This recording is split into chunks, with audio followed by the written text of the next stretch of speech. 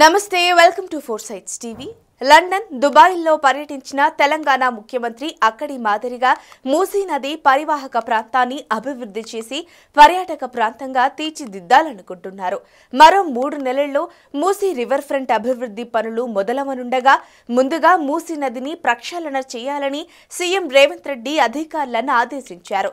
River front పనుల్లో భాగంగా మూసీ నదికి పునర్వైభవం తెచ్చేందుకు కృషి చేస్తున్నారు.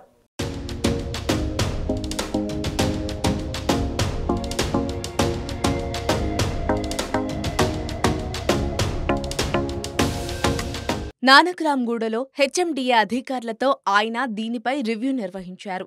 మూసీ నదీ సరిహద్దులతో పాటు నదీ పరివాహక ప్రాంతాల్లోని చారిత్రక నిర్మాణాలైన చార్మినార్, తారామతి బారాదరీలకు అనుగుణంగా అభివృద్ధి పనులను చేపట్టాలన్నారు.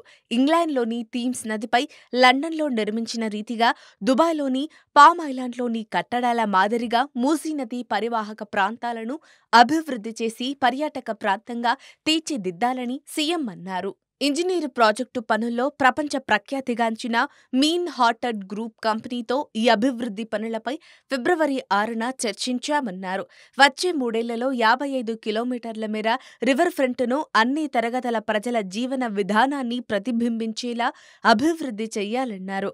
వినోద పార్కులు, వాటర్ ఫాల్స్, పిల్లలకు వాటర్ స్పోర్ట్స్, వీధి అమ్మకాలు, వ్యాపార ప్రాంతాలు, షాపింగ్ మాల్స్ అన్ని వర్గాలను ఆకట్టుకునేలా రివర్ ఫ్రంట్ను తీర్చిదిద్దాలన్నారు.